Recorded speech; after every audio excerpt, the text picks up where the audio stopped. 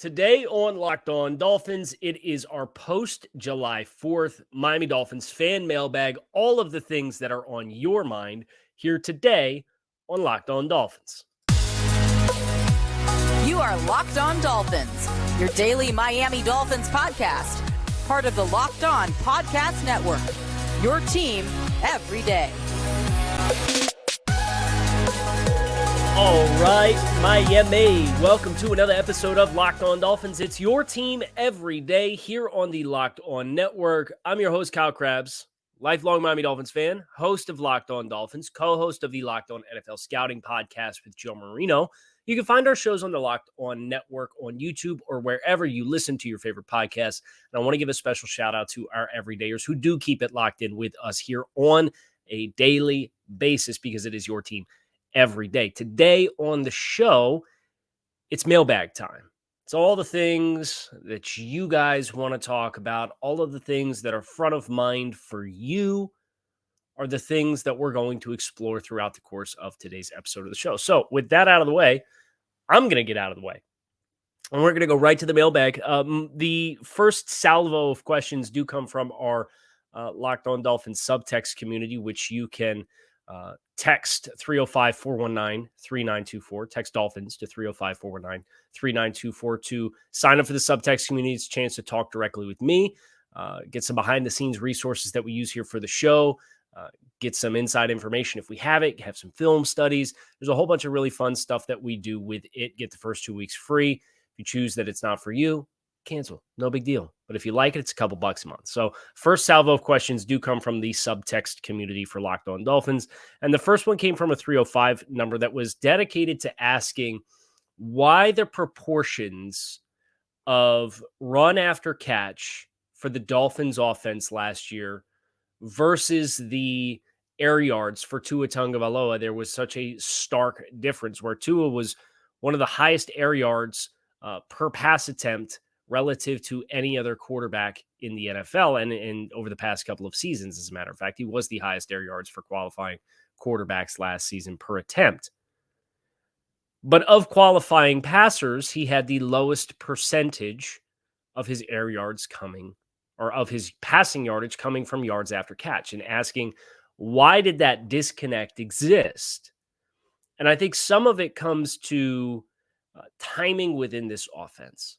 This is a very detail-oriented offense. There's a lot of small route adjustments relative to the leverage of defensive backs. There's timing components where your foot has to hit the back and the ball has to come out. And I thought you saw through the final post-bye, I thought you saw that YAC start to kick alive again after you had some really nice plays in the New England game. You had some nice plays in the Baltimore game early on.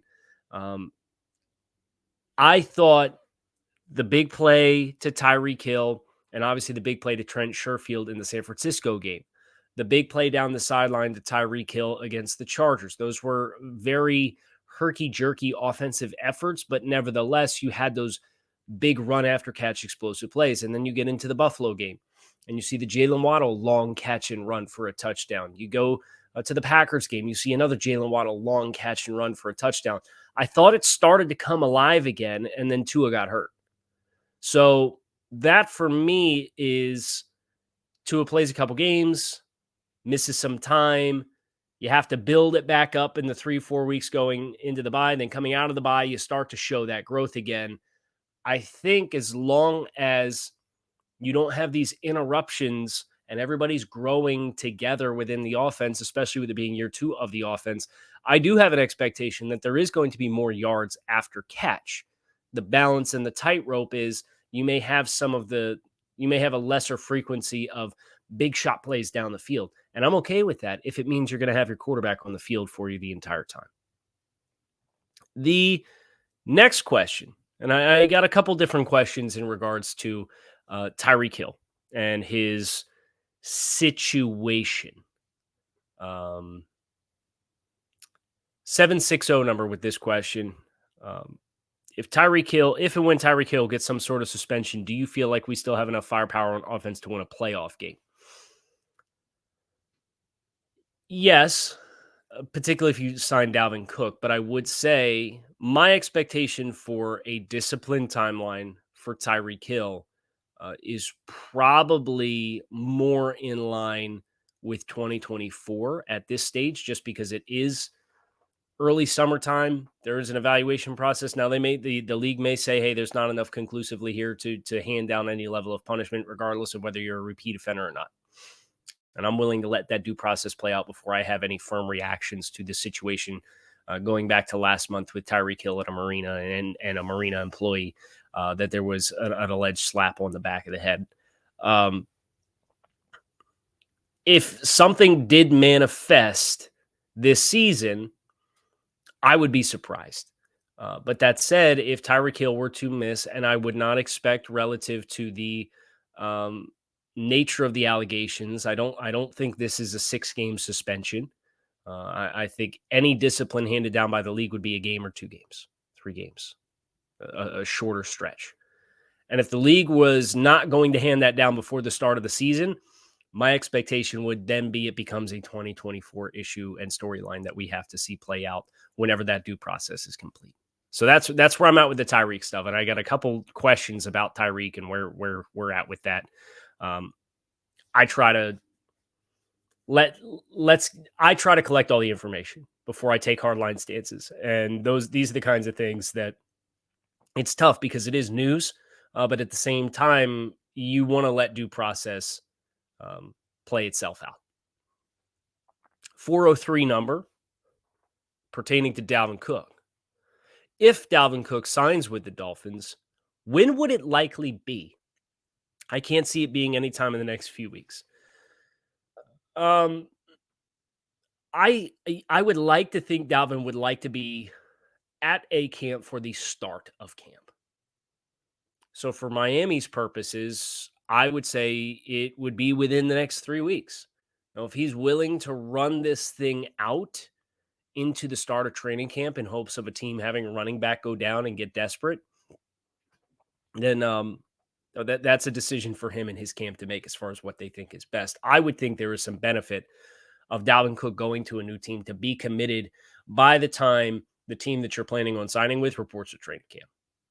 So I do think it will be within the next 3 weeks or so.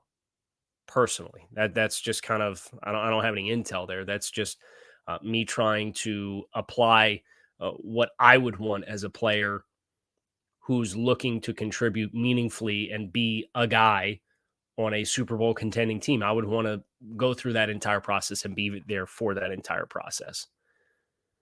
954 number with our next question.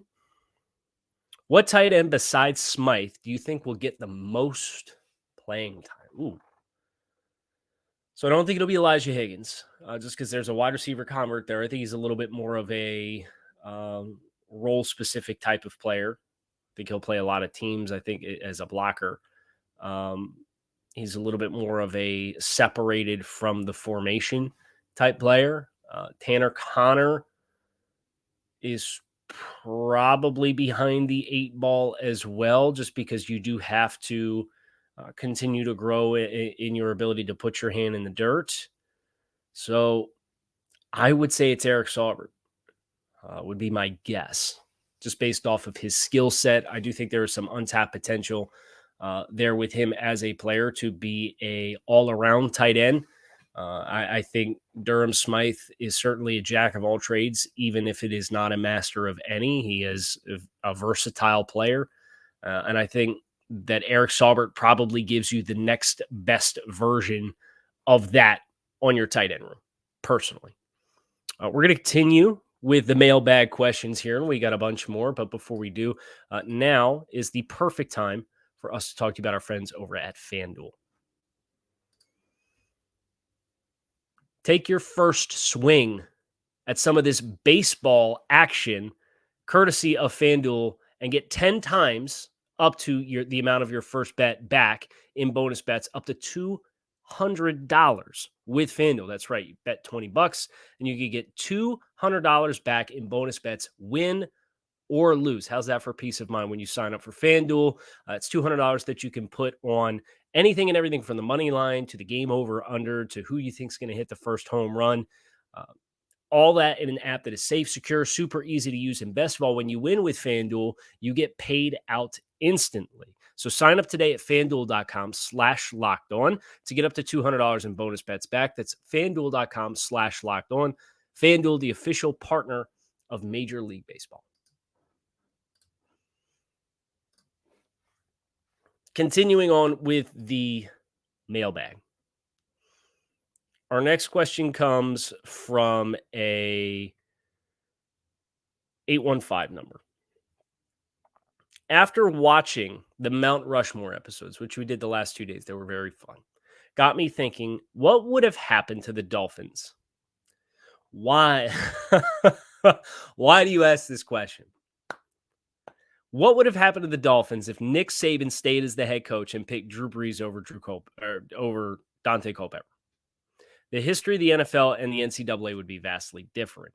Yeah, this is one of the all-time Dolphins what-ifs, right? Drew Brees wanted to come here.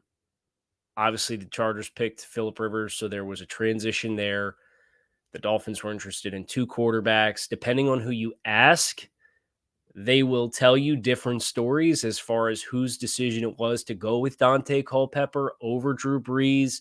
And obviously, there was a medical question with Drew Brees' throwing shoulder.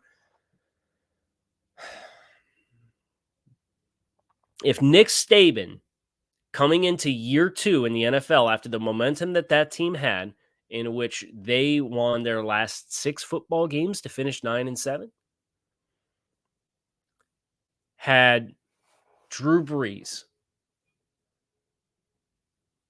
that team, I mean, the domino effect falls everywhere from the Tony Sparano 2008 and the first overall pick with Jake Long. You don't have the Teddy Ginn experience. You don't have Cam Cameron. Like, the Dolphins probably have 3 less head coaches. That's not to say Nick Saban would still be here or that Nick Saban would have had a dynasty. I do think Nick Saban and his style of coaching, and obviously you've heard the stories from training camp and with his time with the Dolphins, his style of coaching is probably better predicated towards college football. The Dolphins would have a few less losing seasons for sure, and Drew Brees would be comfortably amongst the top 3 in all-time history in every major passing statistic for the Miami Dolphins. Now, it is what it is. Not that it makes it any better, but I do find myself every once in a while wondering that same hypothetical. Next question, with Fangio installing his defense, what do you think realistically this unit can produce in terms of points allowed, sacks / pressures, turnovers, and overall ranking? Is there any component of the defense that you think might regress from last year? No, I don't. We did a study on this on the show. It was probably a few months at this point. Might have been March or April. But it looked at Vic Fangio in year 1 of his new team versus what the team performed as defensively when he arrived, prior to when he arrived. And what you found was Vic Fangio in year 1 is on average across his last 6 stops good for a 3.5 to 4 point improvement in points scored defensively, and he's good for about 40 yards per game in yards per game defensively. Improvement on both sides of the football. So you think about the Dolphins and what they performed at last year. I'm going to go ahead and pull it up so I make sure I get the numbers exactly right. So I'll go to Pro Football Reference, defensive stats. Let's see, points per game, points allowed. The Dolphins last season in points allowed were 24th. If you take let's go conservative, right? I love going conservative on this show and go 3.5, the lower end of the improvement across 17 games. That's 60 points less. The Dolphins at 60 points would have allowed 339 points last season, and that would have been 6th in the NFL in scoring defense. It's not bad, right?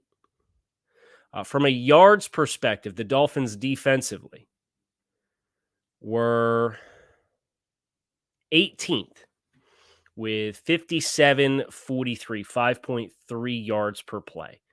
So if you said, let's again go conservative and do 30 yards per game times 17 games, that's 510 points minus 57.43.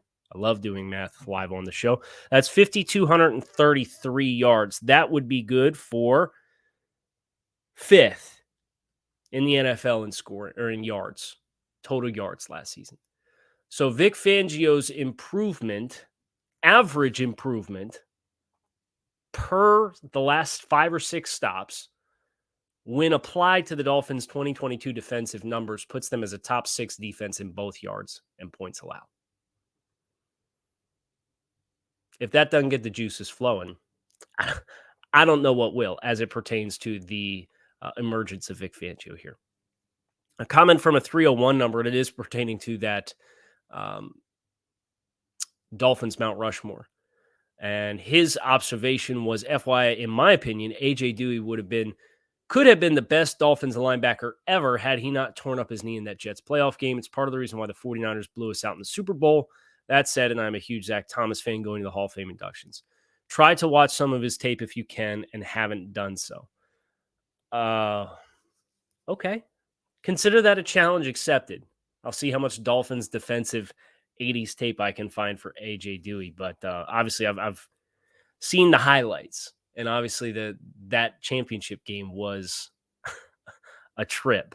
So appreciate the feedback. And I got a lot of great feedback in regards to the Rushmores. And a couple of people were like, oh, yeah, you're still just a pup. Yeah, guilty as charged. Not that I'm a total pup, but born in 89. So I missed all the fun of the Super Bowls that the Dolphins have played in. But looking forward to the next wave of that level of Dolphin success so I can go along for the ride. 863 number with our next submission. Happy 4th. I know I'm kicking a dead horse here. Thought for sure would be saying bye to Emmanuel Ogbah and Cedric Wilson this offseason. I understand the depth, but not the value. Cap hit versus contribution. I feel like Chris Greer has done good at not Mike Tannenbauming us, which makes me question them being here even more. Do you see a realistic avenue where they're both gone before the start of the season? Chris. No. And I agree with you that the cost, the value is probably not going to be good value for the Dolphins based off what we know. Now, I'm sympathetic to both roster moves because you signed Cedric Wilson before Tyreek Hill became available, and you extended Emmanuel Ogbah prior to trading for Bradley Chubb and before Jalen Phillips made the leap that he made in year 2. So I understand where, if from a market perspective, those were competitive markets. Case in point, I would rather have Cedric Wilson at this stage in his career than Devontae Parker, and the Patriots extended Devontae Parker last week for $11 million per season. It's the wide receiver market because the top of it with Tyreek Hill is at $30 million. If you're a middle class or a lower middle class player at the position, but you can start and you can contribute on offense, especially if you go into it in free agency, you're not really going to find a lot of plus values unless you get guys who have something to prove, guys who are coming off of an injury, guys who are a little bit older who want to take a one-year deal. That's where value really falls in free agency. Now, Emmanuel Ogbah, they retained without letting hit the market. And again, I think for Miami, getting that deal done, but having the exit avenues was well-structured contracts, even if the value was maybe not ideal. But it's no longer about the value. It's about what is the player worth more for. Is the player in Cedric Wilson and Emmanuel Ogbah worth more to your team than they would be whatever assets you can get back for the cap savings? So is having the insurance policy of Cedric Wilson at the expense of $6 million, which is what you could potentially save, more valuable than a future conditional 7th round pick? I would say yes. The depth of the wide receiver room is more valuable. Emmanuel Ogbah is your 3rd defensive end. is that level of quality and depth worth more to you than like what could you get for Emmanuel Ogbah right now coming off of an injury season last year without a lot of good tape from last season, even after or even before he got hurt? I think maybe the Ogbah market could potentially be different if he played all season and he played similar to a level in which he did last season, but he did not. So I think that undercuts your ability to get anything of tangible value. So you're talking a future 5th-round pick for a team in a win-now window. I would rather just have the depth. It's the same reason why we're talking about one of the Connor Williams, Robert Hunt, Christian Wilkins, Zach Sealer. I don't think you're going to retain all 4 of those players, right? But for me, anything that I do, I would want to do to bid farewell to a player after this upcoming season. You always have the franchise tag at your disposal to tag and trade if you needed to. And I realistically think you could probably tag and trade any one of those 4 players if you had to. I don't want to tag and trade any of them, but I also don't want to let them walk out the door for nothing. And I don't want to trade them now because I don't care about a 2nd or 3rd round pick for Zach Sealer next year when I'm trying to win now. And he's my 2nd best interior defensive lineman. So I think it trickles all the way down the roster where, yes, you have investments that maybe haven't aged well or gracefully or are not good values at this stage in the game. But at the same time, what you get back has to be worth parting with the player, not just cap space, because you can create cap space in an abundance of ways, in my mind. We have some more questions coming up here on Locked On Dolphins, so stick with us. Okay. You guys brought the heat this week. I will say that. I have another 864. I want to give you a shout out. I see your question, but it is in regards to Tyreek Hill. I touched on Tyreek a little bit. 914 number, Chris from White Plains, New York. Love to hear your views on the Dolphins' special team situations. A lot of us probably expected Danny Crossman to be replaced, but he's back after a really disappointing 2022. Do you think they are planning to improve? Is this a personnel issue, a coaching issue, something else, or both? Good question. Here's my theory on Danny Crossman. A lot of the players who were supposed to be your special teams players ended up playing offense or defense last year. Keon Crossan was signed explicitly based off his background to be a special teams player. He was a starting corner for a stretch of the season. Justin Bethel came in, and the Dolphins played a game in which they had like 3 active corners, and Bethel was one of them. You think about Trill Williams and what he potentially brings to the table. He missed the entire season with an injury. You think about Cethan Carter. He got injured in the opening game against the New England Patriots and missed the entire season. I think you can go through a pretty expansive list of players for Miami that were supposed to be your core teams guys who either missed the season altogether or ultimately were forced into playing a much more prominent role on the team.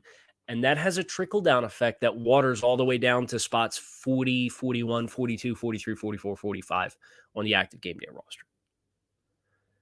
So that's my theory as far as how and why Miami underperformed and then came to the judgment that they did with Danny Crossman. It's a great question. Obviously, we're hopeful for a much more improved unit this year. I think there are some personnel changes that are for the better.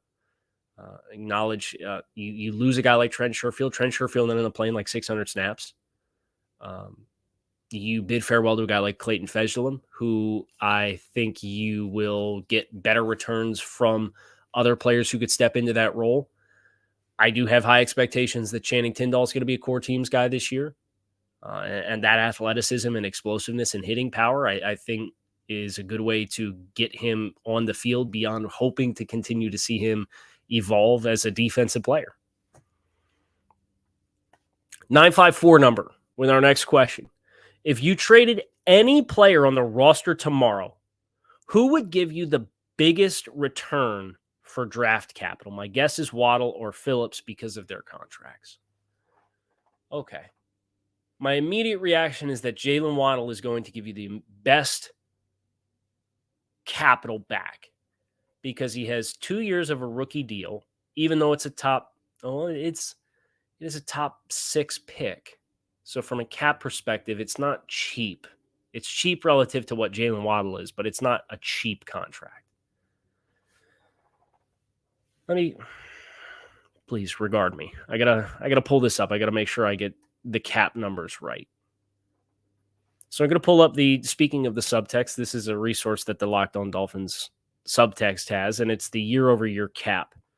So Jalen Waddle the next 2 seasons has a $7.387 million cap hit this year, an $8.618 million cap hit next year, and then obviously the player fifth-year option for his rookie contract. Jalen Phillips, who was the 18th overall pick in the draft as compared to the 6th overall pick in the draft in the same draft, has a 3.8 cap hit and a 4.4 cap hit plus a 5th-year option. And the 5th-year option is totally performance-based. Right now, both of those guys are level 2 out of the 4 possible tiers. There's base tier, 5th-year option. There's tier 2, which is playing time qualifiers. They've both hit those playing time thresholds. Tier 3 is 1 Pro Bowl across your first 3 seasons.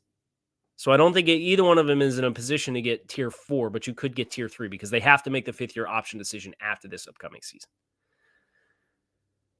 So when you put it that way, Jalen Phillips is on the books the next 2 years for effectively 1 year of Jalen Waddle. That might flip you. This is a really fun question. Javon Holland the next 2 seasons is on the books for a combined $5 million in cap. But there is no 5th-year option there because he was not a first-round pick. I think it's Jalen Phillips.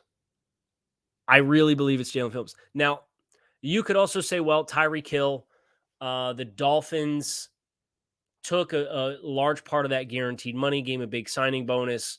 Any team that acquires Tyreek Hill would have hypothetically 4 years of control and are paying him reasonable dollars. So I think Tyreek Hill is kind of a sleeper here just because the guarantees that are paid out through the first 2 years of the contract, Miami's already on the hook for. Now, all future guarantees, the future team would be responsible for, but it's much more easily digestible when you consider the cash that he's owed moving forward beyond the lump sums at the beginning of the contract.